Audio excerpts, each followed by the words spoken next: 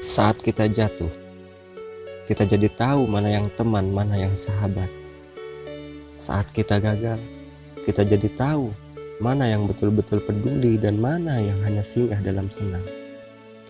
Saat kita tidak punya apa-apa, kita jadi bijak mengenal mana yang tulus dan mana yang bulus.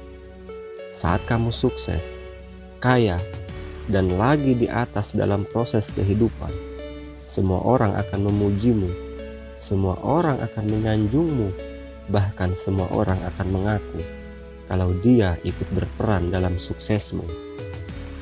Tapi pada saat kamu jatuh, pujian itu akan berubah menjadi hinaan, sanjungan itu akan berubah menjadi cacian. Semua orang tidak akan pernah menganggapmu ada.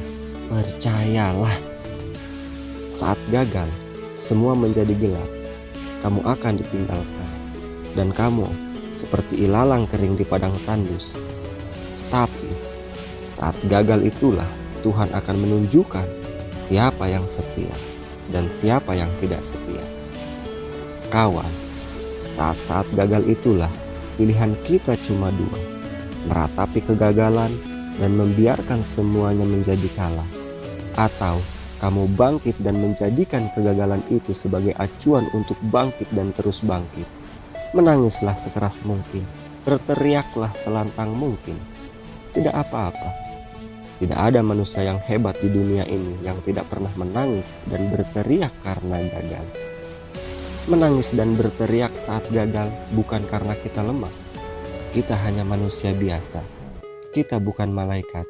Tumpahkan semua kesedihanmu dalam setiap doa-doamu.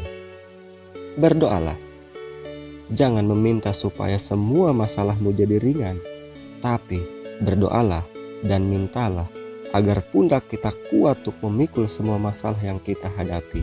Ketahuilah, Tuhan menciptakan masalah selalu beserta solusinya.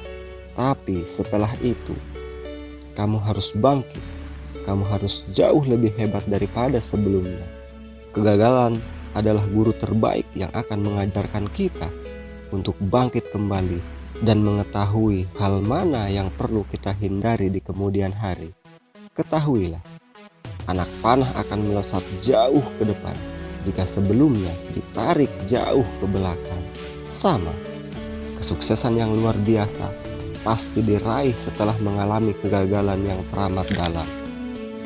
Kegagalan hanya akan dirasakan oleh orang-orang yang mau berjuang.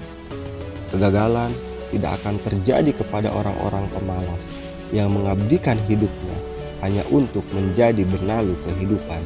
Bangkitlah, tapi ingat, saat berjuang lagi, berjuanglah bersama orang-orang yang mau sama-sama berjuang, bukan dengan orang-orang yang hanya mau diperjuangkan.